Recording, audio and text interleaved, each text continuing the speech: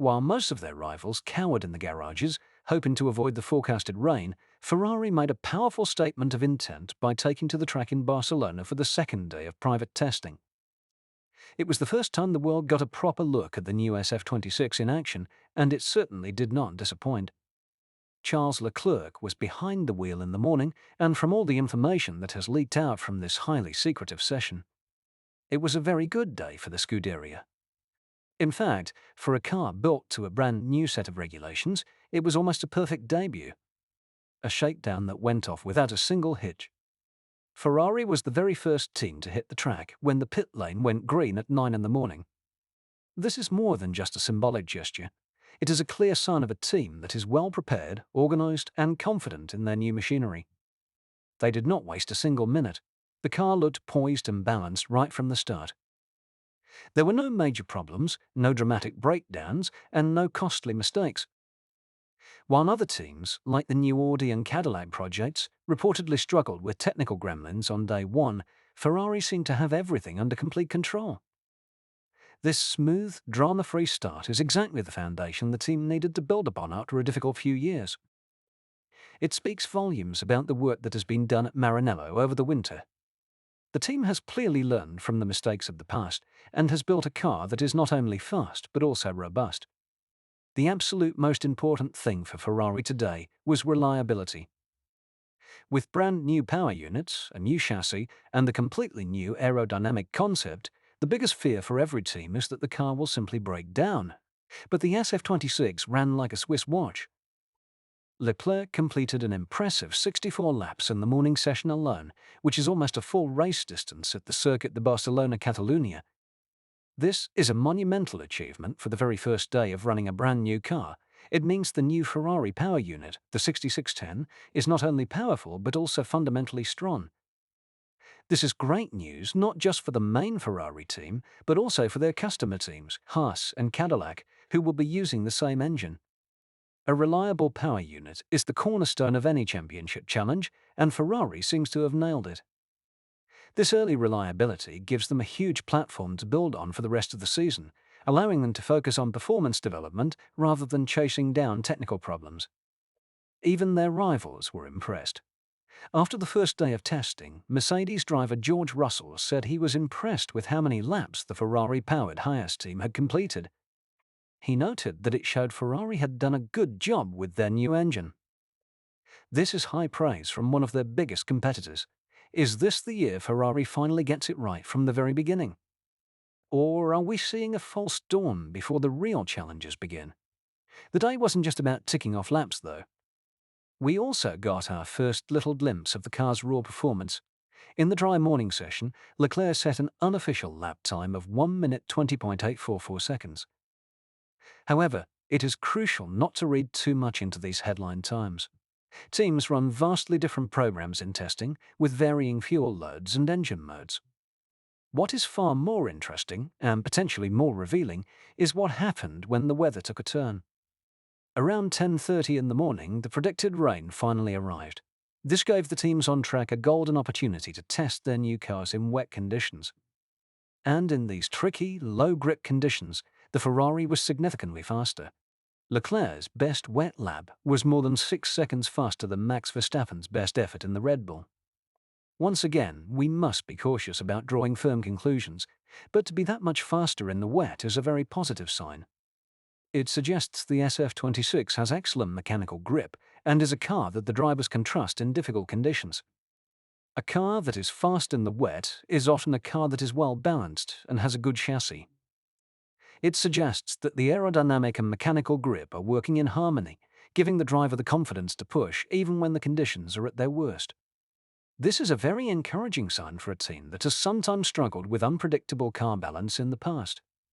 Another interesting detail that was spotted was the Ferrari's active aerodynamics in action.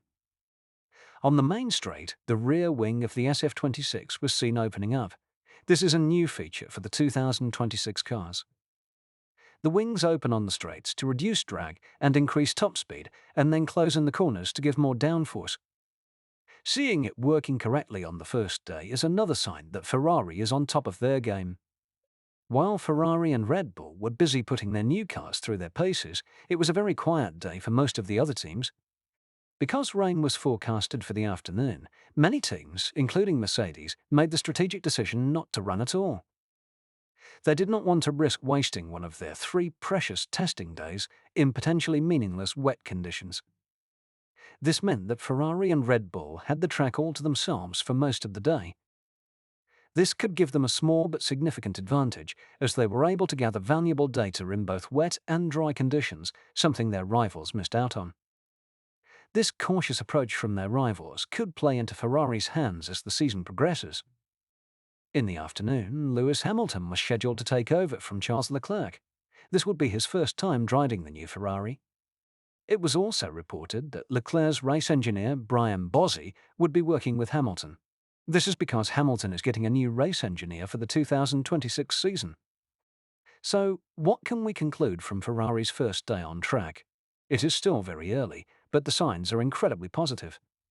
The SF-26 looks reliable, it looks easy to drive, and it looks fast, especially in the wet. The team seems well prepared and organized. They were the first on track and completed a lot of laps without any problems. Now, let's break down the design of this fascinating new Ferrari. First, let's talk about the suspension. This is one of the biggest and most important changes for Ferrari.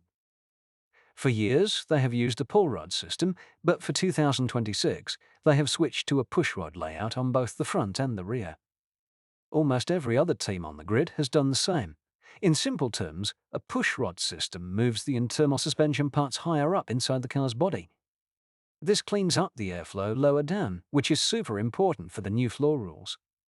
With the new regulations forcing air inwards towards the floor, having a clean, unobstructed path for that air is critical. By moving the suspension components out of the way, Ferrari can feed the floor with better quality airflow, which should result in more downforce and a more stable car.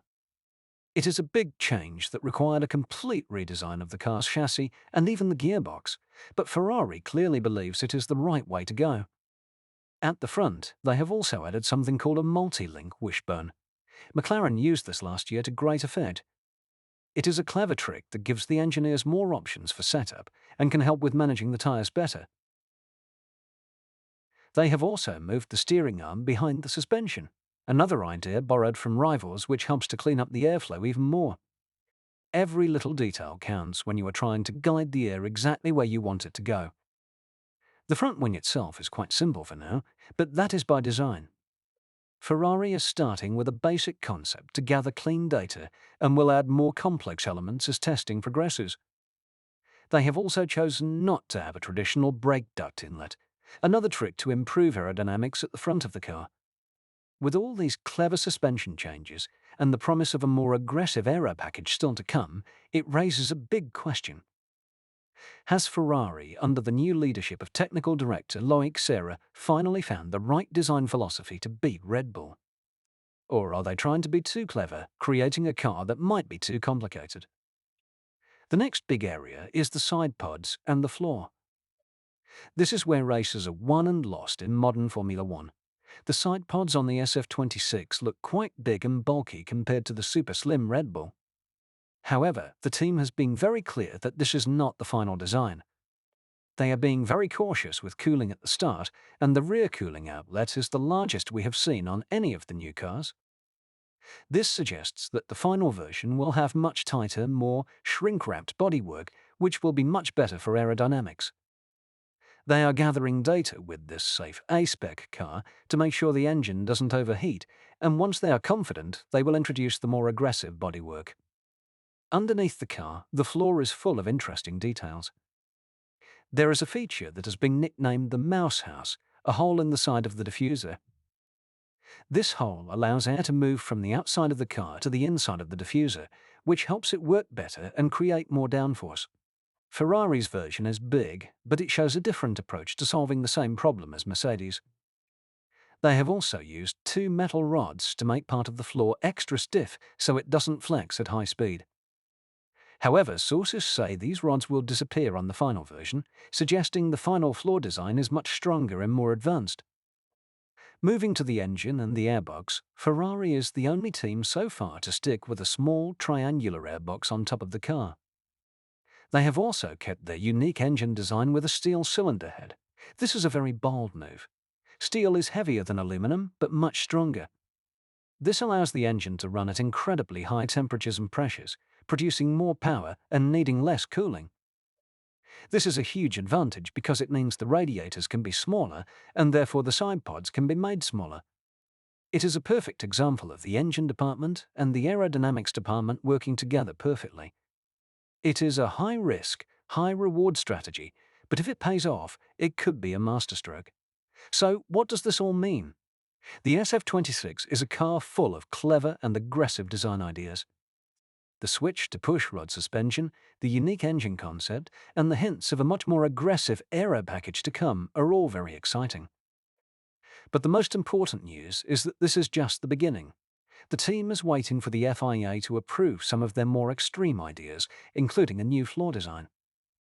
This will not be a B-spec car, but rather the first major upgrade package that will transform the car we see today into the real SF-26. The car looks good, it was reliable, and it was fast in the wet. The team seems organized and confident. But we have seen this before. The real test will be whether they can turn this early promise into a car that can fight for the championship all season long.